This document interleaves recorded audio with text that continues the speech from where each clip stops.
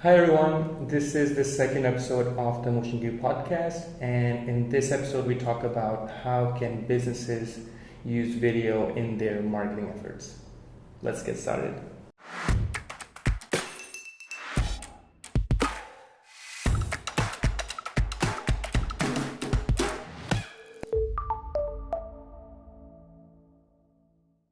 First, we can talk about how businesses can use video in the starting stages. Yeah.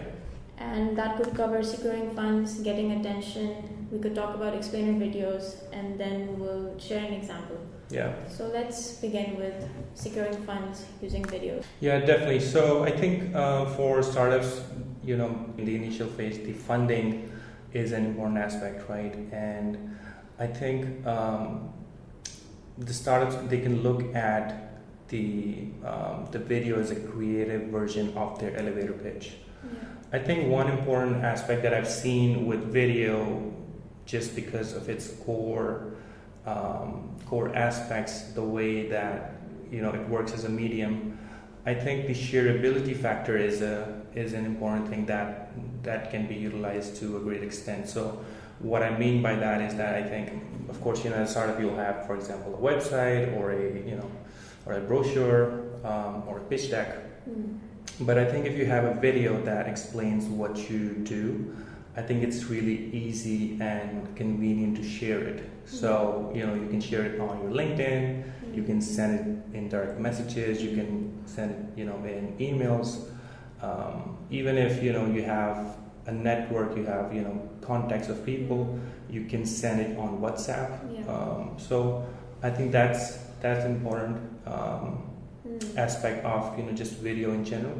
And then I think even if you look at Kickstarter campaigns, we know that about 90% of the Kickstarter campaigns that have done really well, that have been successful, they've used video very wisely. Yeah. So definitely I think in the beginning stages of any startups, I think video can be a key factor if it's used in a smart way. Right.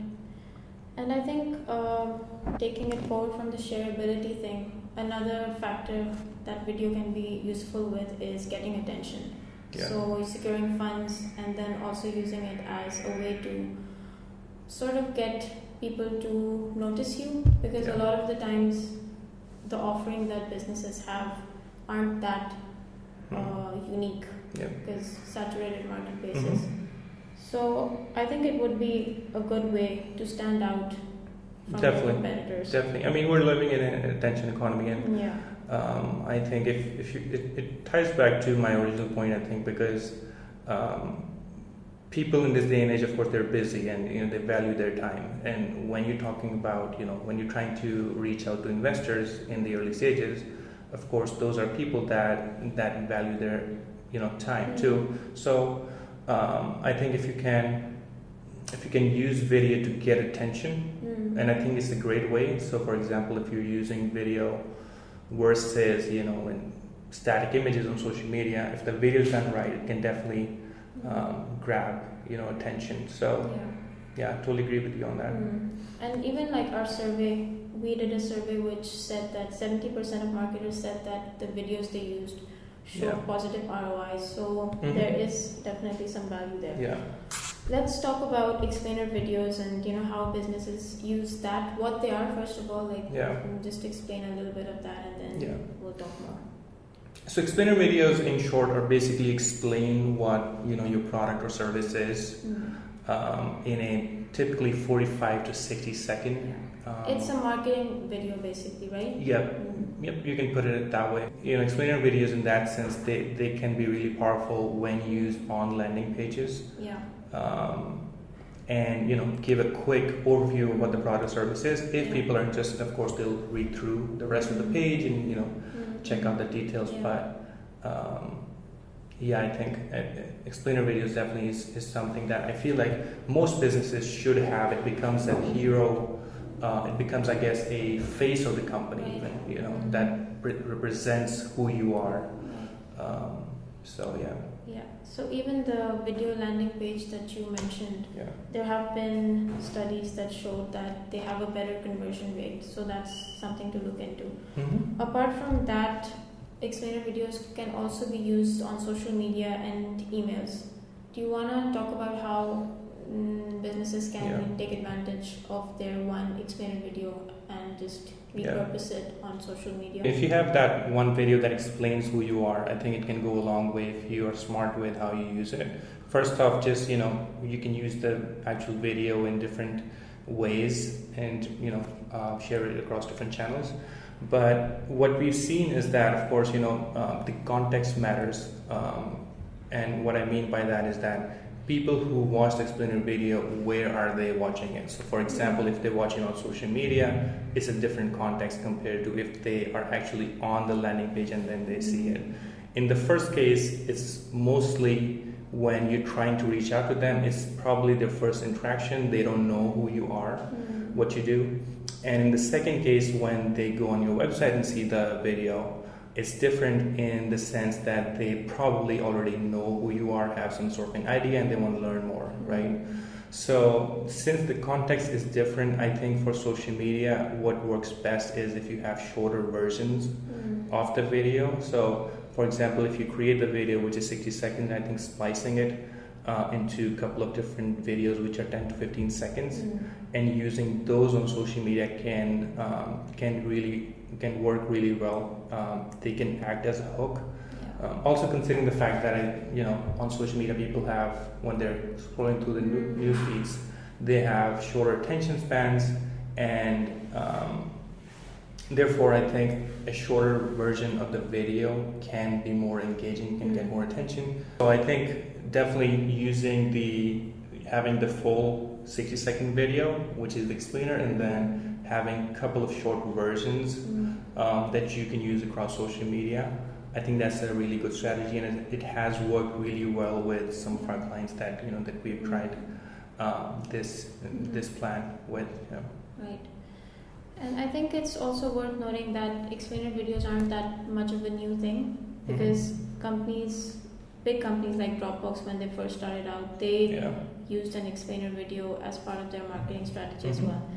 So I guess we can just talk about what that story was. In the beginning, in 2007, when Dropbox started out, they went with a campaign focused on Google Ads, and they were spending too much money on it, and they thought we need to try something different. So they went with a referral campaign, and the other part was an explainer video on a landing page. So the landing page was very simple, designed around their explainer video. So it was just 3 minutes. It explained what the product did, which at the time was very new, so people didn't even know that they needed this solution. So it really worked well for them, and their valuation went up. So it gets back to the simple fact that you have a product or service, you need to explain it to people, and video as a medium has shown that it has the power to get attention. And if it's done right, it can do wonders, just like what you said about Dropbox. And even there's this study by Statista which says that some of the top 3 videos for B2B, explainers are one of them, just behind how-tos and product demos. So it's still going strong, even in the B2B sphere. So we covered social media, how to use an explainer video on landing pages, and then social media. I think another way to utilize is using it in emails. So I think just email with text copy alone, it might not do as well. So adding a video to it is a good strategy. And if you have an explainer video already, why not share that in your email messaging as well? Definitely. I think there's a couple of technical aspects how to embed the video in your emails, and we're happy to link those in comments or something. I think we did a blog or something that talks about it in more detail. We can link that in the description. So far we talked about how businesses can use videos in the beginning. Maybe we're just starting with one video or something like that. But if they want to do more, and of course, if it went well the first time, they'd want to create more video content. But what sort of strategy do you think they should use? Maybe the buyer's journey is a good way to create content. Definitely. So I think that's important. So you have the, I personally believe that every business, especially if they are starting out, should have a promotional video, an explainer video, a video that represents the brand, right? But as you grow as a business, you of course need more video content. So whether it's for social media or the other aspect that you mentioned, the buyer's journey, which basically, if I were to put it, how do you convert a lead into a customer, right?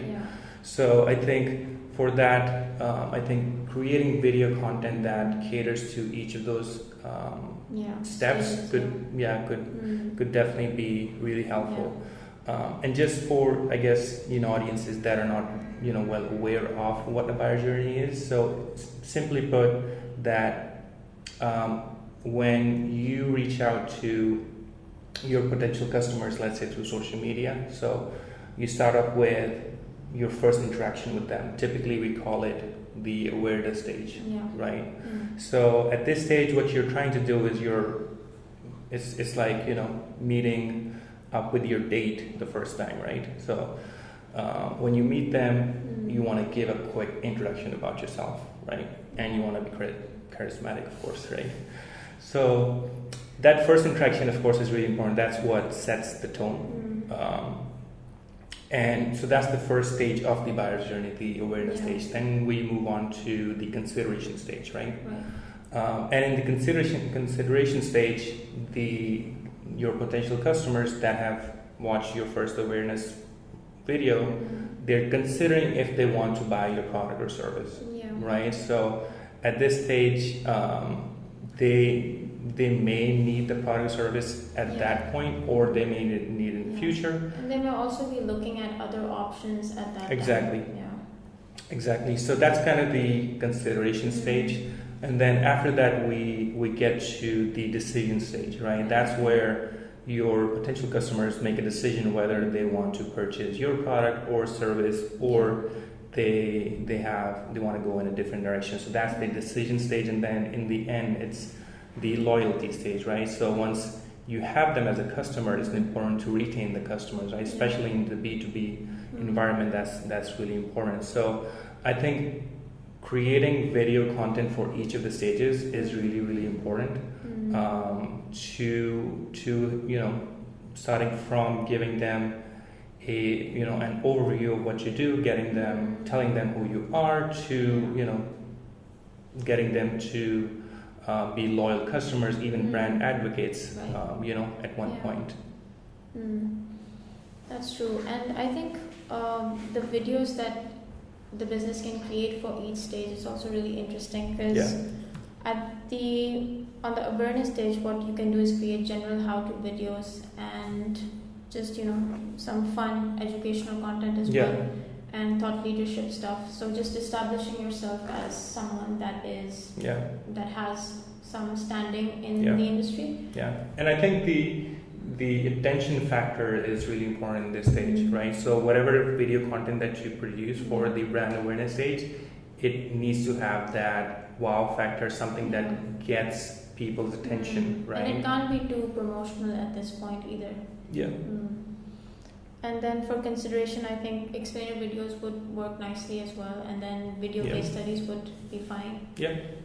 For decision, I think video testimonials would work really well, because it's like the customer or your prospect is getting a sense of you from like a person who's already experienced the brand. So it's probably a better idea to push your past customers on the screen for this. Definitely. I think testimonials are really powerful, and I wish we would talk about it in more detail. But I mean, if you are on a website where you're thinking about using product service, and then you see a customer that has been in your position and has used that product or service and how that helped them.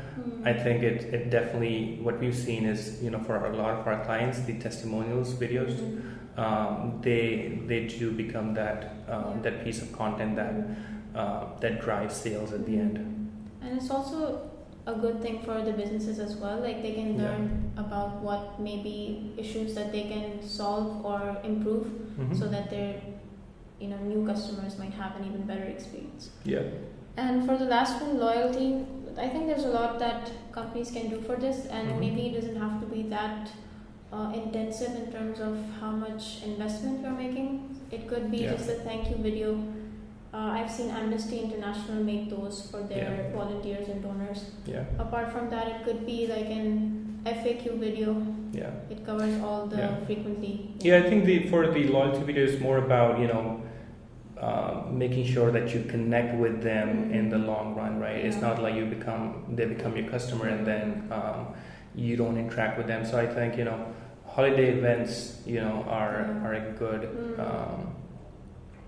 it's a a good good way time to touch base with them. Exactly. So if you have video content for that, I think you can definitely share that. Or even if you have a select group of customers that are your prime customers, that they play a big role in your business. Even creating a custom video. So for example, you sitting in front of the camera and just sending them a message. I think that goes a long way as well. Yeah, that's true.